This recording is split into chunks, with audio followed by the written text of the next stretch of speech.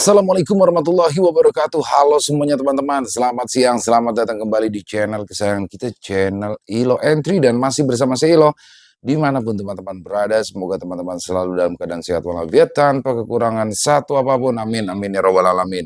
Dan pada kesempatan yang baik ini, saya akan membawakan satu kisah dari Nirmala. Wow, dan kisah dari Nirmala kali ini akan mengisahkan tentang pesugihan Gunung Randu Genoyang. Wow, ini teman-teman ada yang tahu nggak nih? Ini di Banyumas nih, di Jawa Tengah.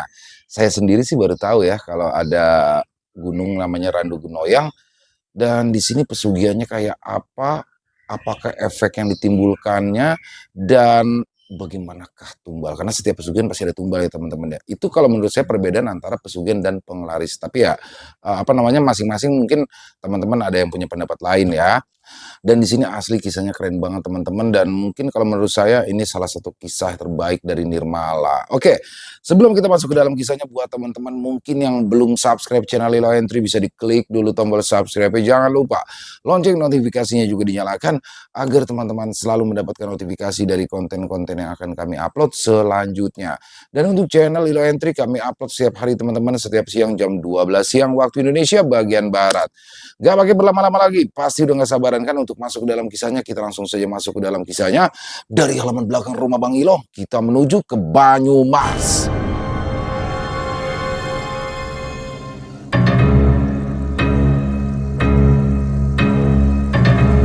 Warung penyetan Bu Umi. Pesugihan Gunung Randu Genoyang.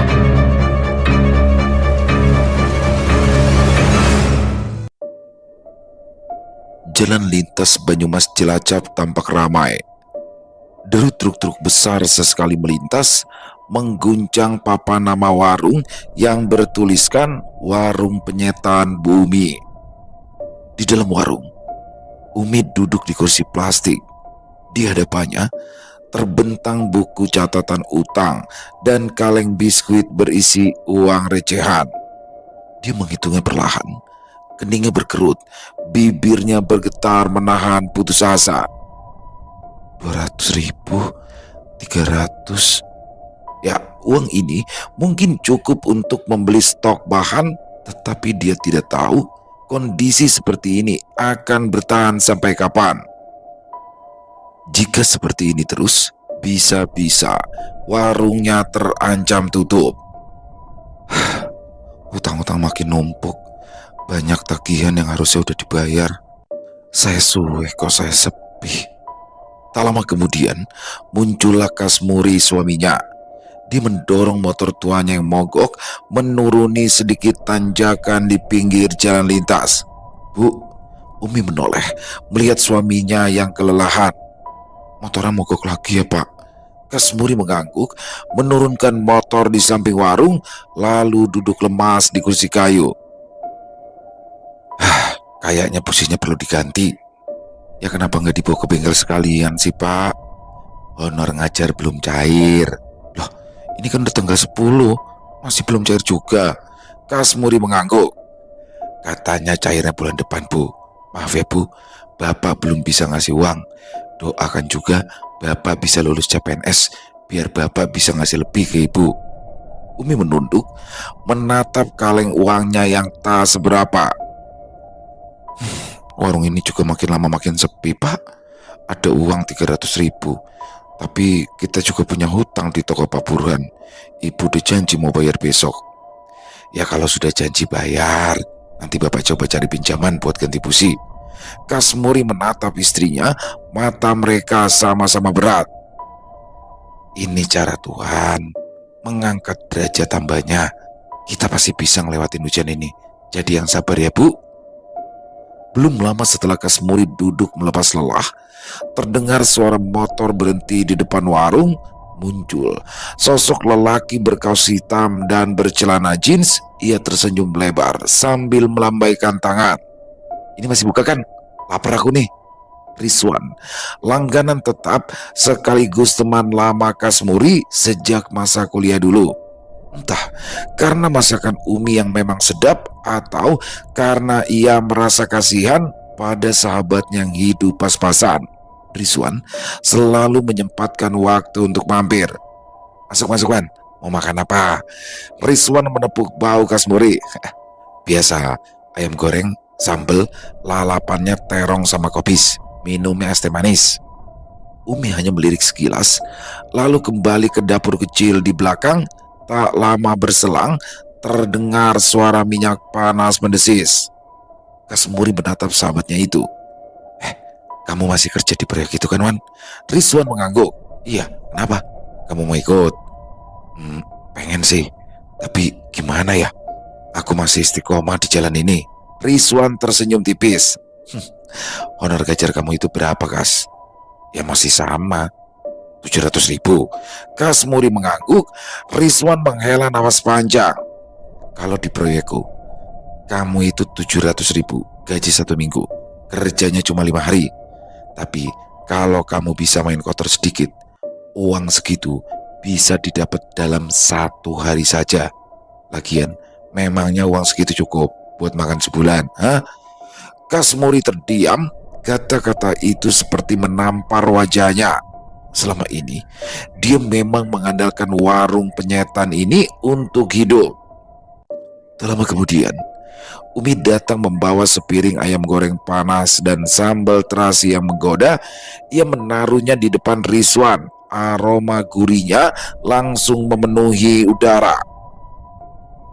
Rizwan menatap makanan itu lama, lalu ia menatap Kasmuri.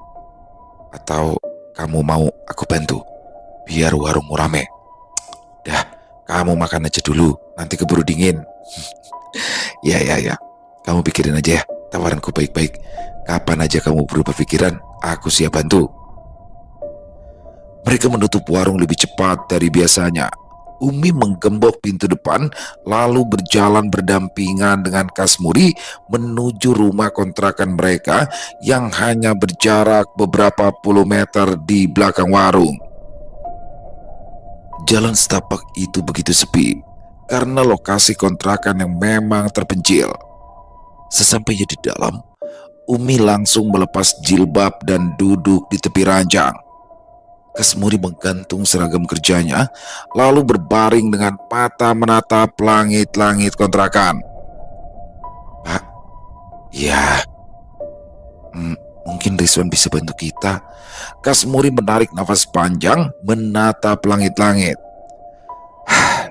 Aku tahu, Bu, kondisi kita ini memang lagi sulit.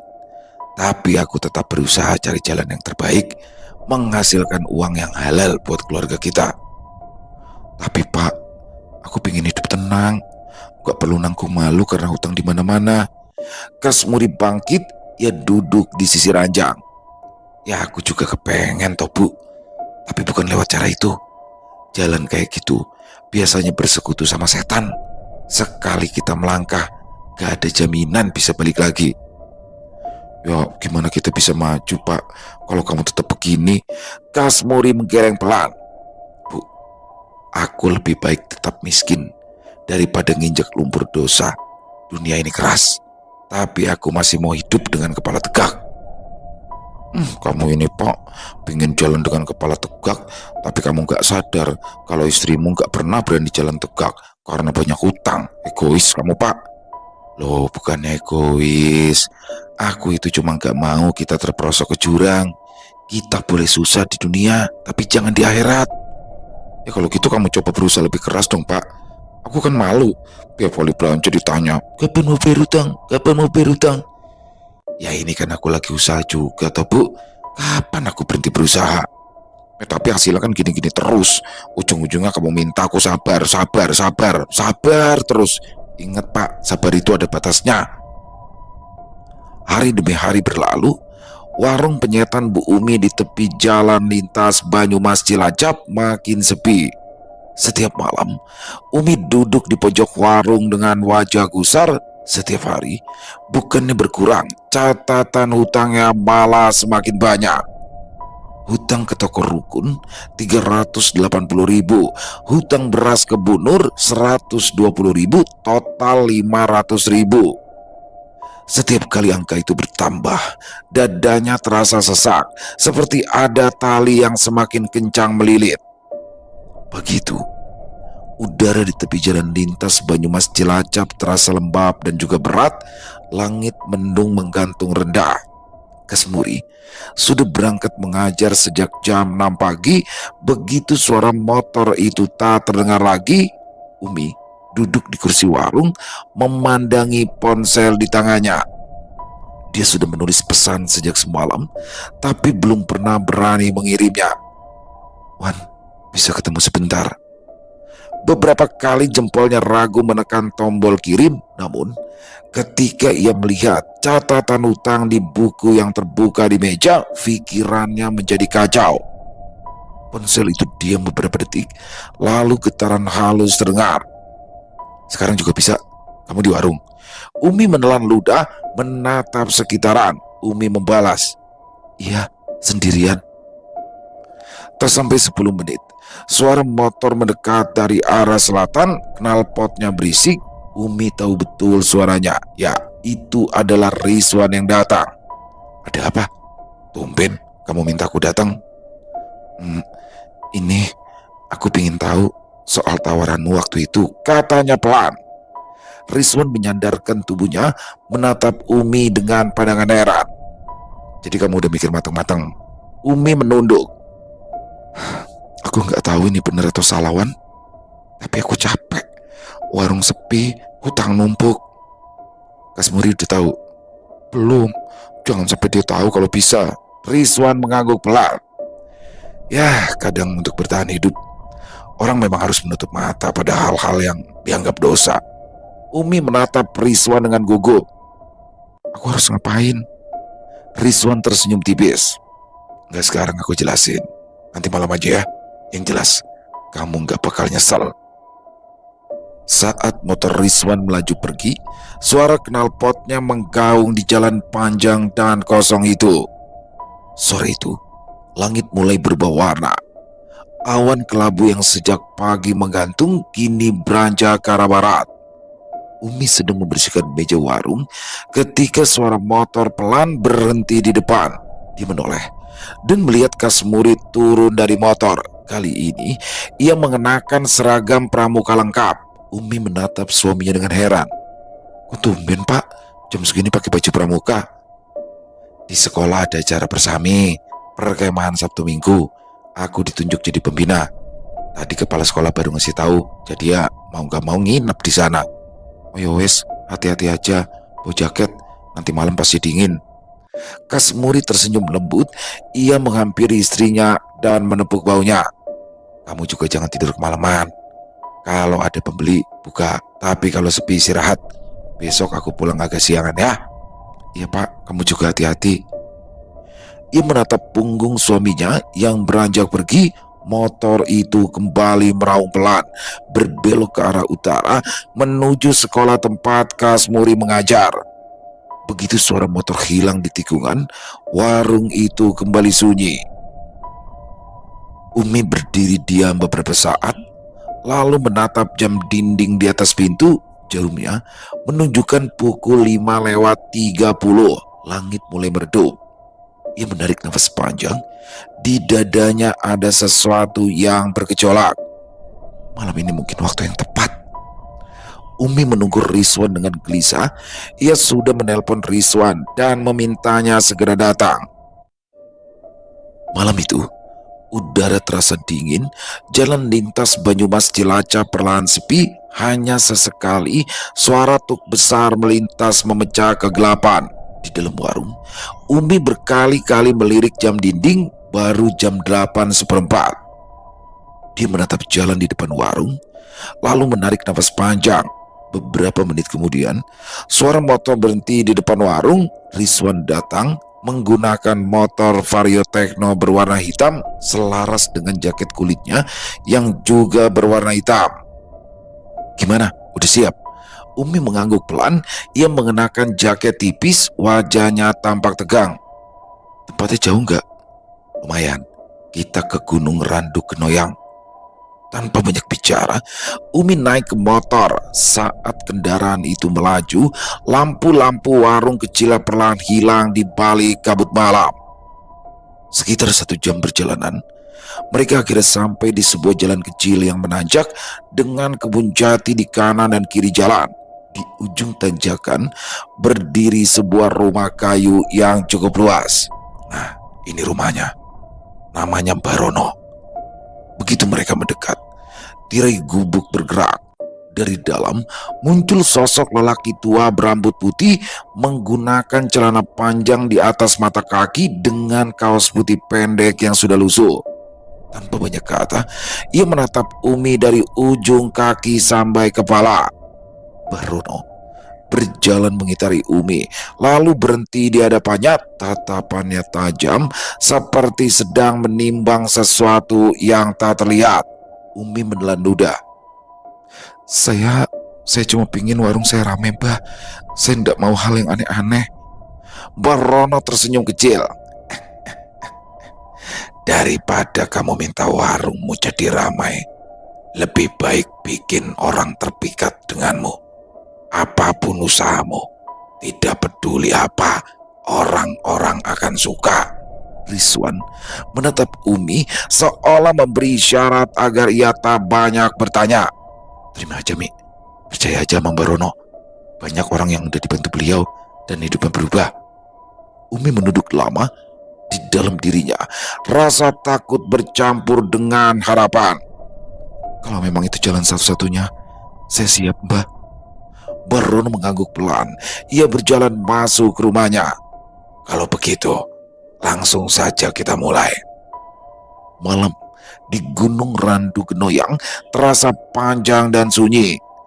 Umi duduk bersila di depan Barono, sementara Rizwan menunggu di ruang depan menatap ke arah luar jendela. Di luar, kabut turun pelan-pelan menutupi pepohonan. Sesekali terdengar suara seperti ranting patah atau hembusan nafas dari arah hutan. Waktu terasa berjalan lambat, hingga akhirnya sekitar pukul 2 dini hari, pintu gubuk terbuka pelan. Umi keluar dari dalam. Entah apa yang sudah Barono lakukan padanya, tetapi wajah wanita itu sangat pucat dan tampak kelelahan. Sudah selesai. Mulai besok, rajin-rajinlah tersenyum. Senyumanmu itu akan memikat siapapun yang melihat. Umi menunduk dalam-dalam, suaranya hampir tak terdengar. Terima kasih, Mbah. Rizwan segera berdiri, menatapnya tanpa berani bertanya. Mi, aku antar pulang. Mereka menuruni jalan setapak di bawah langit tanpa bintang. Dengan menggunakan motor metik milik Rizwan, mereka menuju rumah kontrakan Umi. Sesampainya di depan kontrakan, lampu jalan yang redup menerangi wajah mereka. Umi menoleh ke arah Rizwan. Terima kasih, Wan. Aku bakalan ganti semua uang bensin dan ongkosmu secepatnya. Rizwan tersenyum samar, matanya sulit dibaca. Gak usah dipikirin, aku cuma bantu kamu ke jalan sana. Yang penting nanti usahamu makin lancar ya. Rizwan menyalakan motornya. Ya wes, kalau gitu aku pulang dulu. Sekali lagi makasih ya, Wan. Rizwan meninggalkan rumah kontrakan itu, sementara Umi masuk ke dalam rumah. Di pagi harinya, Umi bersiap seperti biasa, mengeluarkan bahan masakan dari dalam kulkas dan menyiapkan segala hal seperti biasa. Setelah semua siap, Umi menuju kamar kecil di belakang warung. Ia menatap wajahnya di cermin. Dia tidak menggunakan pakaian yang biasa ia pakai. Semalam, Barono telah berpesan padanya, ajining diri sokolati, ajining rogo soko busono. Dia harus menjaga penampilan dan tutur katanya agar ilmu pengasihan yang diberikan oleh Barono bisa bekerja maksimal. Bismillah. Ketika ia keluar, sinar matahari mulai menembus pepohonan di pinggir jalan. Ia duduk di bangku dekat etalase sambil menatap jalan. Belum ada pelanggan, tapi entah kenapa ia bisa merasakan ada yang akan datang.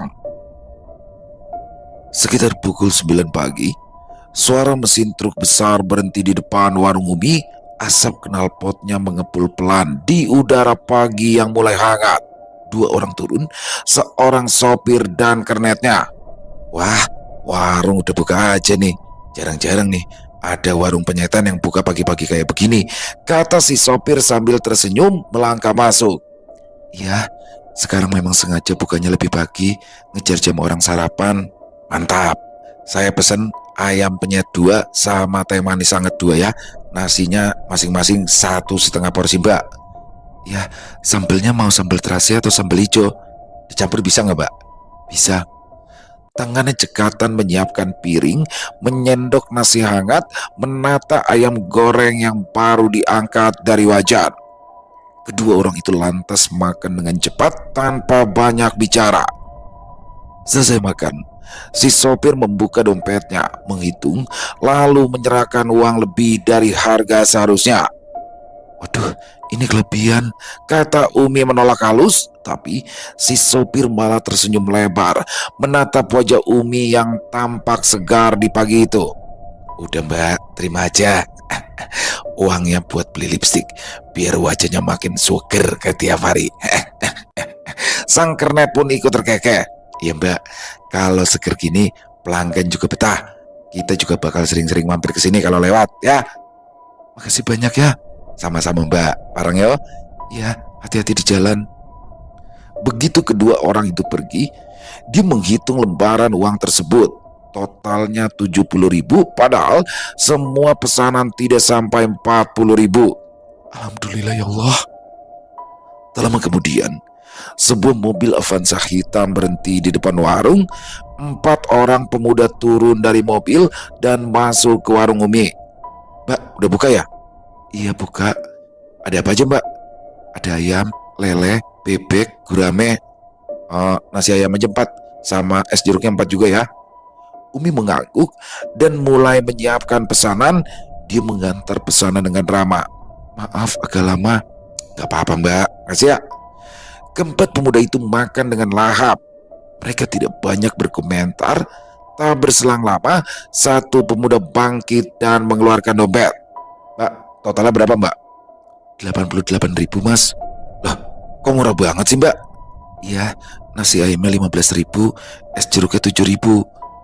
Pemuda itu mengeluarkan 3 lembar uang 50 ribuan. Sisanya buat tips mbaknya. Makasih mbak. Mas jangan mas, kebanyakan. Udah ambil aja. Kita puas sama pelayanan di sini.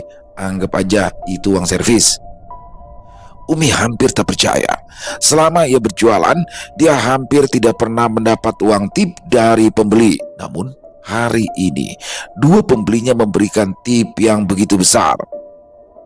Pelanggan datang silih berganti, tidak sampai berdesakan, tetapi meja di sana tidak benar-benar kosong.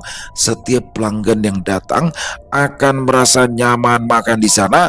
Dan senyuman Umi menjadi daya tarik tersendiri untuk mereka yang melihatnya. Satu persatu menu yang tersedia mulai terbeli, bahkan menu gurame yang sangat jarang laku juga mulai terjual.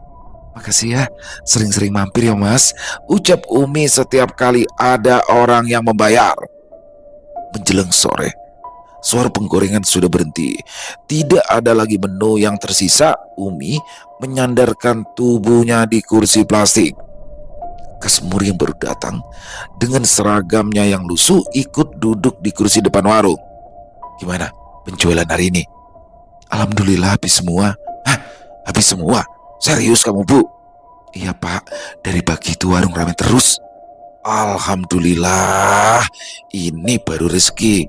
Aku kan sudah bilang, sabar, pasti ada jalan. Tapi kok kamu tumben pakai baju bagus? Iya pak, kemarin itu ada yang negur aku. Katanya ajining diri sekolati, ajining raga soko busono. Kasmuri mengangguk setuju. Ya, betul itu. Memang betul, kita harus menjaga ucapan dan penampilan, karena itu cara kita menjaga kehormatan kita. Oh ya pak, hari ini bersihnya 500.000. Kasmuri mendongak, matanya membesar. Hah, 500.000? Iya, nanti anterin aku beli baju ya. Baju? Umi, bukan yang di rumah masih banyak. Aku cuma pengen kelihatan lebih rapi aja mas. Pelanggan sekarang kan banyak. Kalau tampilannya enak dilihat, orang-orang juga betah. Kasmuri menatap istrinya lama. Akhirnya ia menghela nafas dan tersenyum kecil. Ya sudah, boleh. Tapi jangan boros-boros. Kita tetap harus sisihkan uang untuk belanja bahan. Tenang aja mas, uang yang buat belanja 3 hari ke depan sama buat bayar utang udah aku sisihin semua. Setelah menutup warung, Kasmuri mengantar istrinya ke toko pakaian. Meski dandanan Umi sederhana, tetapi entah kenapa ada banyak laki-laki yang kini menatap Umi dengan tatapan terpikat. Mereka kok pada ngeliatin kamu begitu ya? Tanya Kasmuri pada Umi saat wanita itu sedang memilih pakaian. Ya nggak tahu, mungkin karena aku tambah cantik. Tambah cantik? Perasaan gak ada yang berubah. Maksud kamu, aku itu udah gak cantik? Bukan gitu, maksudku itu kamu cantik, tapi ya cantiknya gitu-gitu aja dari dulu. Alasan. Setelah membeli 2 setel pakaian dan beberapa tambahan make up, Umi mengajak Kasmuri pulang. Hari-hari selanjutnya, warung penyetan itu semakin ramai.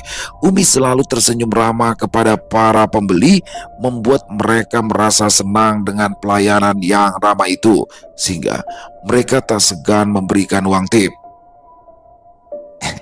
Tempatnya makin betahin aja mbak.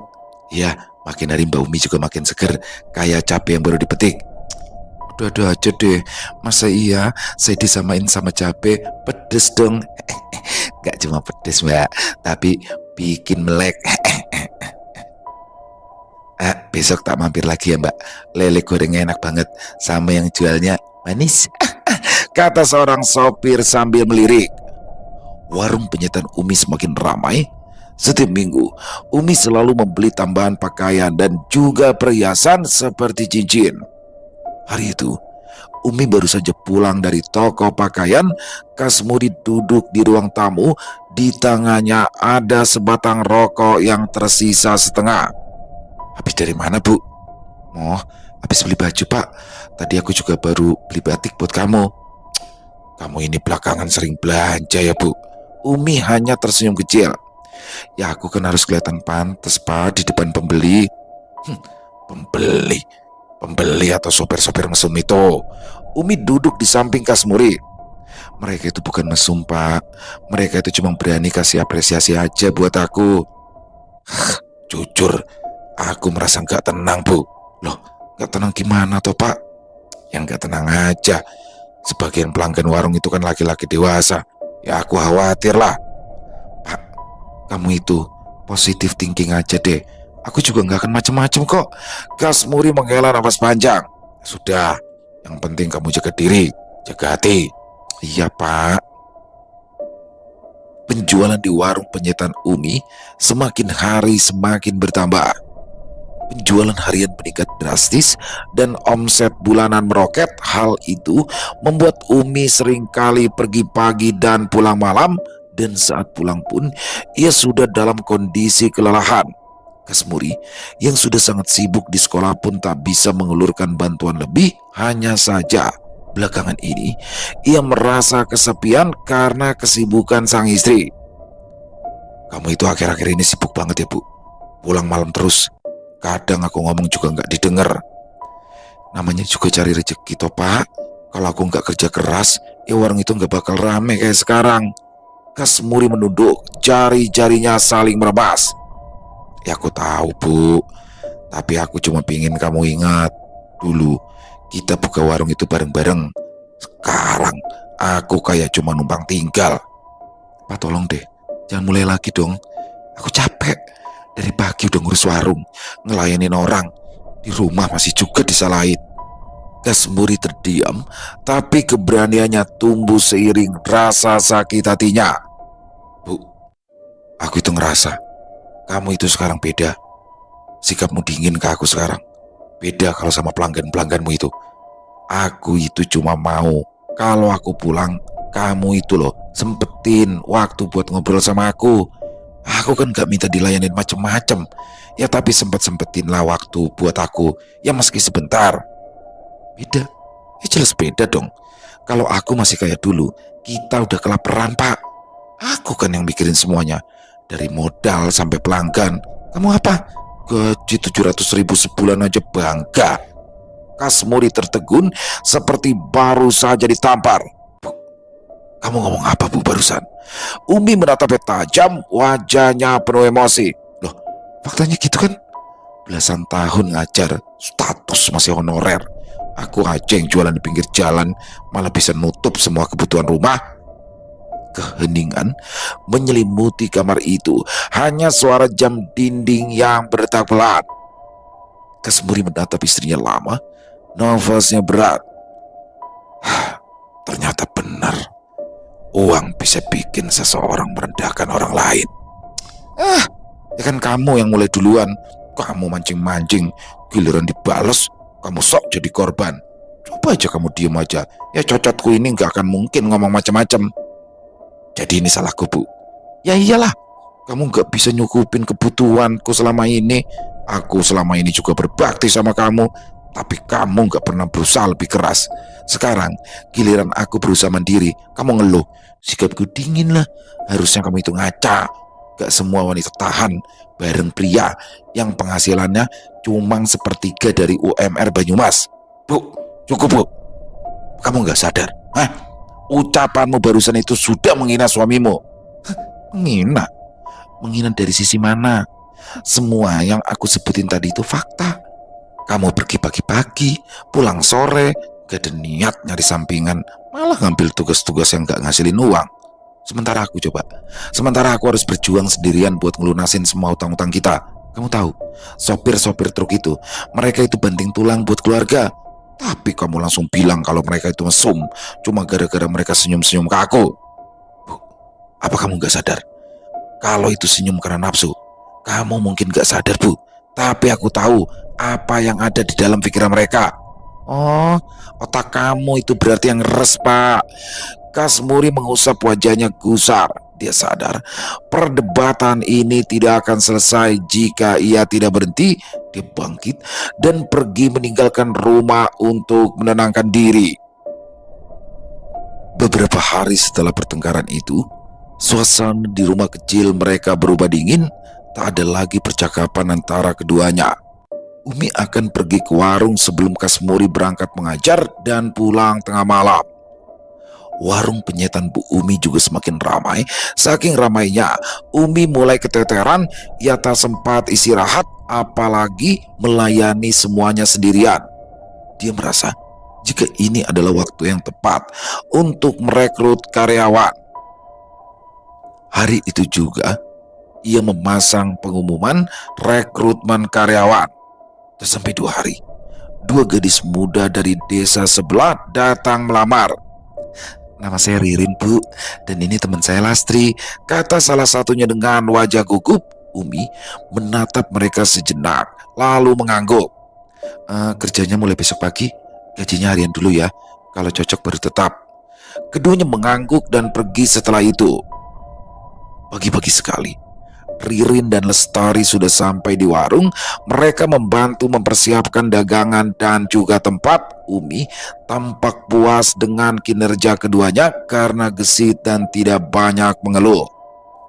Kedua gadis itu ditempatkan di dapur, mengurus pesanan dan juga kebersihan karena dirinya lebih fokus menangani para pelanggan. Kalau Bu Umi yang jualan, saya bakalan lewat sini tiap minggunya, kata salah satunya sambil terkekeh. Ya, kalau mau ngambil muatan di Dipo Batu, mending makan di sini aja ya. Udah murah, enak. Ada yang enak dipandang juga. Bapak-bapak ini bisa aja deh. Orang di sini apa-apa murah, saya ambil untung secukupnya aja. Nah, begini nih yang bikin saya senang sama Mbak Umi, jualannya nggak ketok harga. Jadi kita makan di sini tiap hari juga enak-enak aja. Kan saya juga pernah susah, pingin rasanya bisa bantu orang. Kayaknya dengan jualan makanan murah ini jalan dari Tuhan. Di sisi lain, Kasmuri kini jauh lebih sibuk dari biasanya.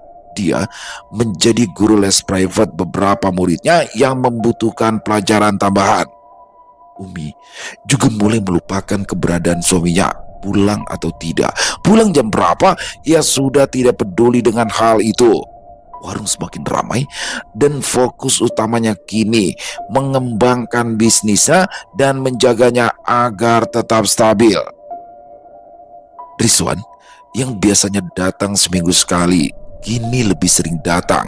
Dia merasa jika aura yang terpancar dari wajah Umi kini lebih cerah dan senyumannya memikat hati.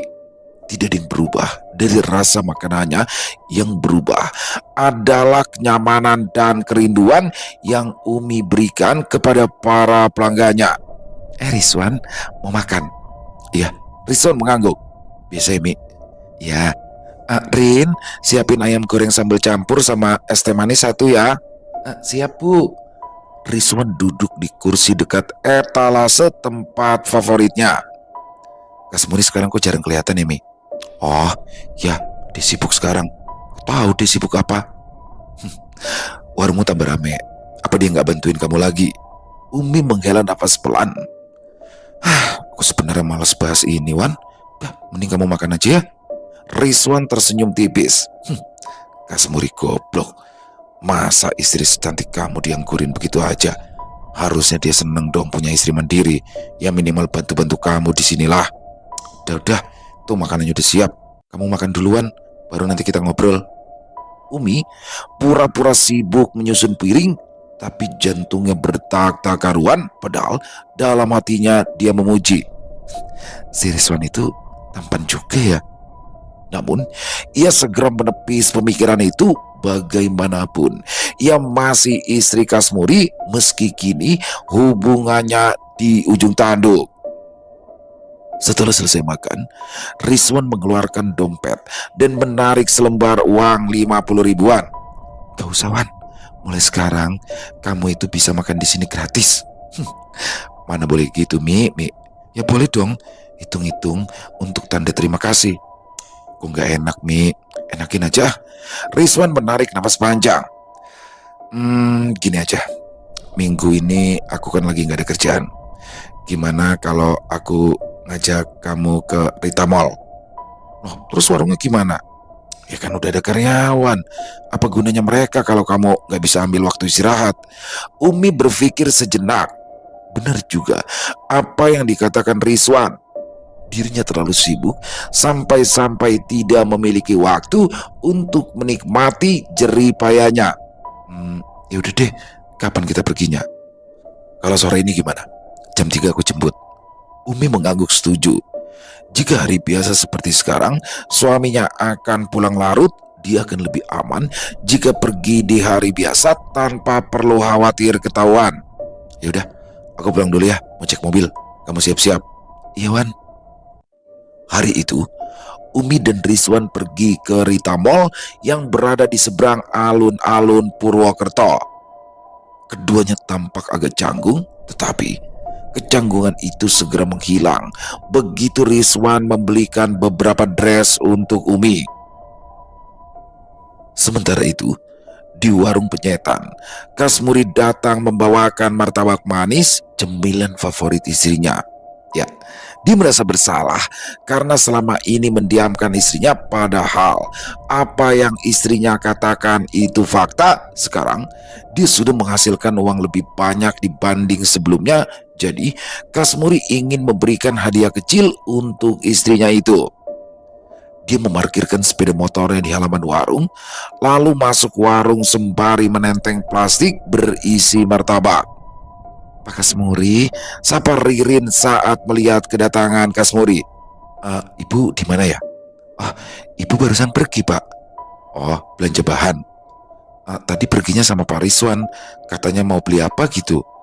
Kasmuri menghela nafas.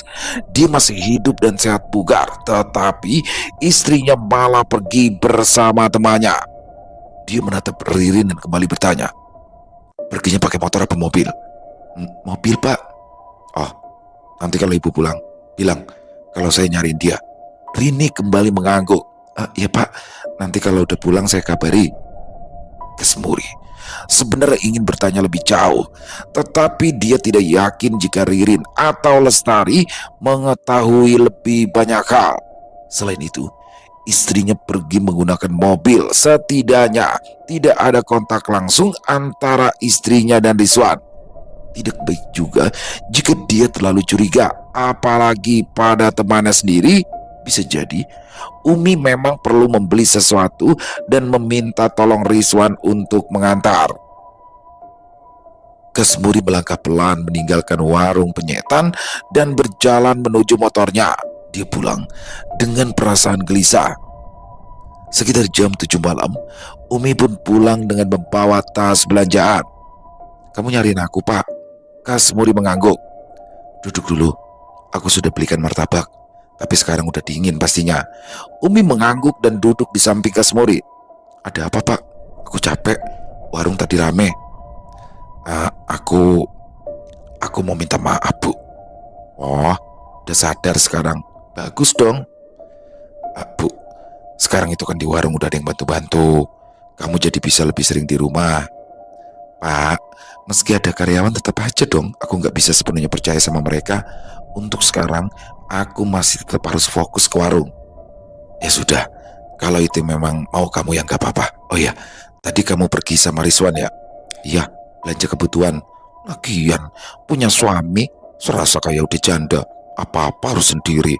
Untung aja tadi ada Rizwan yang mau aku mintain tolong." Bu, tapi kamu gak ada apa-apa sama dia kan?" "Ih, pikiranmu itu loh Pak, ngeres terus. Aku itu minta tolong sama dia karena dia itu juga teman kamu." Kasmuri menghela nafas, kemudian dia mengangguk. "Maaf ya Bu, kalau aku banyak tanya. Maaf juga karena belum bisa nyukupi segala kebutuhan kamu. Aku janji bakal berusaha lebih keras." "Gak usah kebanyakan janji. Aku gak butuh janji. Kasih aja bukti." Umi bangkit dan pergi tanpa sedikit pun menyentuh martabak yang Kasmuri beli. Hari-hari berikutnya, hubungan antara Umi dan Rizwan makin sering terlihat oleh orang-orang sekitar. Awalnya hanya sebatas obrolan ringan, tapi perlahan arah pembicaraan itu berubah menjadi lebih intim. Rizwan sering datang bukan hanya untuk makan, tapi juga mengajak Umi berbelanja. Umi yang jarang mendapat perlakuan seperti itu dari suaminya merasa jika Rizwan jauh lebih baik dari segala hal. Rizwan lebih tampan, lebih mapan, dan juga lebih pengertian. Seperti hari itu, Rizwan mengajak Umi pergi ke restoran di pusat kota Purwokerto. Sebuah hal yang tidak pernah dilakukan oleh Kasmuri selama mereka menjalin hubungan. Keduanya memilih duduk di lantai 2 yang terasa lebih tenang. "Wan, kamu kenapa nggak nyari istri lagi? Istrimu kan udah meninggal 3 tahun lebih." "Ya, aku ngerasa belum ada yang cocok. Sekalinya ada yang cocok, malah ada temboknya." "Tembok? Maksud kamu?" "Kalau bukan beda agama, istri orang, mana bisa aku seriusin kan?" Umi tersenyum tipis. "Yang seagama kan banyak. Kenapa harus nyari yang beda? Kenapa nyari yang ada temboknya? Yang ketinggian lagi temboknya?" "Yang seagama. Dan aku suka itu istri orang. Istri temanku. Gimana coba? Gimana aku mau nikahin dia?" "Maksud kamu?"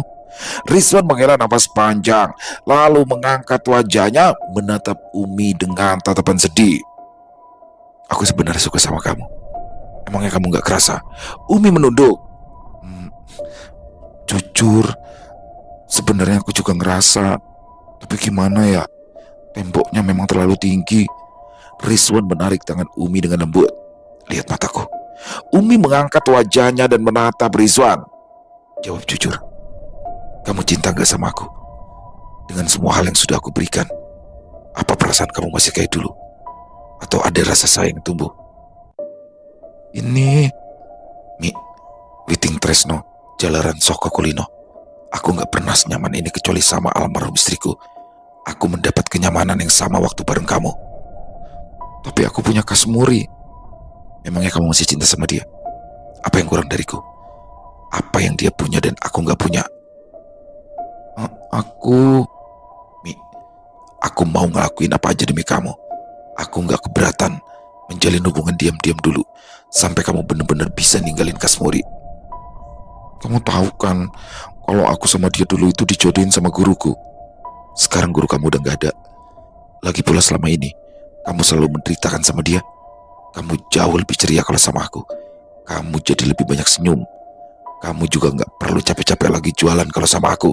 Jantung Umi berdebar kencang. Ya, apa yang Rizwan katakan semuanya adalah kebenaran. Hatinya perlahan luluh. Satu persatu kesulitan yang dia hadapi selama menjadi istri Kasmuri kembali terlintas di kepalanya. Kamu mau kan jadi pacarku? Umi menghela nafas pelan dan mengangguk. Rizwan tersenyum lebar. Ia mengeluarkan sebuah kotak bludru dari dalam jaket, lalu membukanya. Sebuah kalung dengan mata yang terbuat dari batu merah delima berkilau dengan terang. Kalung ini sengaja aku siapin untuk kamu. Untung kamu mau menerima aku. Umi menutup mulutnya. Ia tak percaya dengan apa yang ia lihat. Kalung ini sangat besar, bahkan Kasmuri tidak pernah memberikan perhiasan semewah ini padanya. Mata Umi berbinar. Rizwan bangkit dan berjalan ke belakang Umi, lalu memasang kalung tersebut. Ini beneran buat aku? Iya dong, ini hadiah. Karena kamu udah mau jadi pacar aku janji bakal lebih sering nyiapin hadiah buat kamu. Makasih Wan, kamu baik banget. Setelah makan malam itu, Rizwan mengantar Umi menuju warung penyetan. Warung tersebut tampak ramai, meja-meja hampir penuh. Umi masuk dengan senyuman lebar. Gimana penjualannya? Tadi pas ibu gak ada, warungnya sepi. Ini baru aja rame. Oh ya udah, kamu lanjut layanin lagi ya. Bu, tadi Pak Kasmuri datang nyariin ibu. Terus kamu jawab apa? Saya jawab aja kalau ibu lagi pergi nyari bahan. Umi mengacungkan jempolnya. Bagus. Nanti saya kasih kamu uang jajan tambahan ya. Ririn mengangguk senang. Setiap kali majikannya pergi bersama Rizwan, ia selalu mendapat uang tambahan, terutama jika Kasmuri datang mencari Umi. Sekitar jam 11 malam, warung sudah tutup. Semua peralatan diberesi dan warung digembok. Ririn dan Lestari pulang berboncengan, sementara Umi jalan kaki karena kini kontrakannya tidak begitu jauh dari rumah. Senyum terus berkembang di wajahnya. Berkali-kali ia menyentuh kalung di lehernya. Dia sedang membayangkan sebanyak apa perhiasan-perhiasan yang Rizwan berikan jika dia sudah resmi menjadi istrinya. Namun di tengah perjalanan, senyumannya memudar. Dia merasa jika sesuatu membelit lehernya. Umi meraba lehernya, mencari sesuatu yang mencekik, tetapi tidak ada apa-apa. Dia semakin panik ketika lilitannya terasa semakin kencang, padahal tidak ada apa-apa di lehernya. Tubuh Umi menggelincang di tanah, lidahnya terjulur, tangannya terus mengusap lehernya, berusaha melepaskan diri dari lilitan tak kasat mata itu. Namun itu semua sia-sia. Ia mulai kehabisan nafas. Umi mengembuskan nafas terakhir dengan mata melotot dan lidah terjulur. Sementara itu, Kasmuri sudah menunggu dengan cemas. Biasanya istrinya akan pulang jam 11 malam. Dan sejak memiliki karyawan, istrinya tidak pernah pulang lebih dari jam 11 malam. Dia menjadi gusar dan khawatir. Nanti kalau aku susul dia ngambek. Gak disusul aku khawatir. Setelah berpikir beberapa waktu, Kasmuri akhirnya mengambil keputusan untuk menyusul ke warung.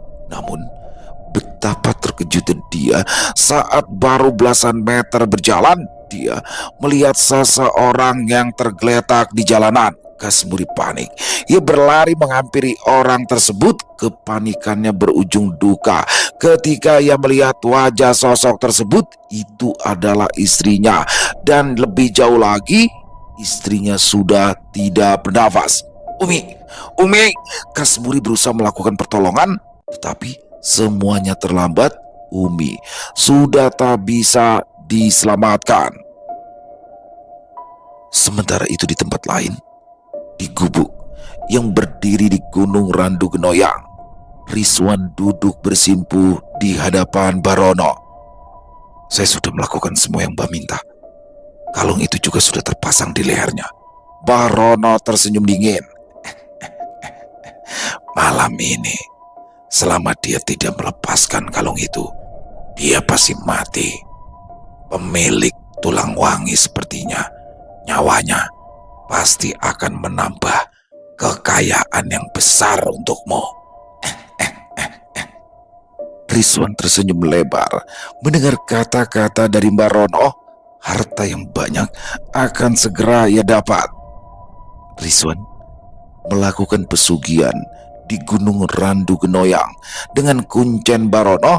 Sudah beberapa tahun terakhir ini dia rutin memberikan tumbal. Setiap tahun satu tumbal dan kekayaannya akan bertambah. Dan di tahun ini Umi terpilih sebagai tumbalnya. Selesai. Wah, luar biasa Bu Umi. Waduh, di sini ngeri banget ya. Kasmuri, ya oke lah, dibalik segala kelemahan Kasmuri, mungkin dia tidak begitu lihai dalam mencari rezeki, dalam mencari uang. Dia orang yang lurus-lurus aja, kerja ngajar honorer udah gitu aja. Tapi di sini dia sudah mengingatkan kepada istrinya dan melarang, bukan hanya mengingatkan ya, melarang untuk tidak terjerumus ke dalam dunia hitam. Tapi ya itulah godaan ya teman-teman ya. Umi yang merasa hidupnya susah, banyak utang, akhirnya tergoda oleh tawaran dari Rizwan. Ikut deh dia sama Rizwan pergi ke Gunung Randu Genoyang. Di sana ketemu Mbah Rono dukunnya, dia laksanakan pesugihannya, ritualnya cukup lama di dalam gubuk dan nggak tahu tuh ngapain aja dia berdua sama Mbah Rono di dalam gubuk. Tapi begitu dia pulang, keesokan harinya, tuh mukanya kayak keluar tuh aura energi positifnya, kelihatan cantik di situ. Jadi Mbah Rono bilang sih sebenarnya, ini jangan pesugihan deh kalau untuk kamu deh. Kamu pakai ini aja pembangkit aura biar kamu enak dilihat orang, kamu kan dagang. Terbukti sih, di sini terbukti pada akhirnya warungnya rame karena banyak laki-laki terutama ya, supir-supir truk yang dalam perjalanan mampir karena terkesima oleh aura yang dipancarkan oleh Bu Umi. Waduh, dan di sini ternyata Rizwan datang ya kan, godain. Sekali, dua kali, tiga kali, lama-lama Umi nyaman. Orang sering jalan ya kan, makan makanan enak, sering ngasih hadiah, jatuh cinta lah. Dan ternyata saya tadinya udah mikir gini nih, saya benar-benar nggak nyangka, ini gila menurut saya ya. Endingnya ini benar-benar di luar dugaan saya. Saya pikir ya udah ya, yang namanya orang ketika lagi banyak uang itu akan pasti beda. Seperti yang Umi dan Rizwan ketika melihat Umi yang makin cantik dari hari ke hari, tergoda laki-laki normal. Akhirnya mereka berselingkuh. Itu hal yang biasa, mungkin sering lah terdengar begitu. Tapi yang benar-benar nggak nyangka teman-teman, ternyata Rizwan lah pelaku pesugihan Gunung Randu Genoyang itu. Dan dia harus memberikan tumbal di setiap tahunnya, dan tahun ini Umi yang dipilih. Jadi sebenarnya Umi diajak ke gunung itu bukan untuk melakukan pesugihan teman-teman, tapi untuk tumbalnya Rizwan kan. Wah, kurang ajar, tapi keren banget deh. Benar-benar saya nggak pernah menyangka ya endingnya akan seperti ini. Makanya tadi di awal saya bilang ini adalah salah satu kisah terbaik dari Nirmala. Wow, luar biasa ya. Ini ya teman-teman ya, kita bisa mengambil hikmah dari kisah barusan yang jelas kalau memang kita sedang berdagang, berusaha, sekali lagi ya nggak perlu macam-macam. Dan kalau teman-teman mau mengeluarkan aura ya, kan setiap orang memiliki aura positif, negatif ya. Jadi kalau memang mau mengeluarkan aura positif gampang, nggak perlu deh kemana-mana, nggak perlu pasang ini pasang itu. Cukup apa? Berbuat baik, banyak-banyak berbuat baik, itu dengan sendirinya aura positif kita keluar. Berbuat baik itu bisa sama siapa saja, tapi yang paling baik dan yang paling penting berbuat baik itu adalah kepada orang-orang di sekitaran kita dulu.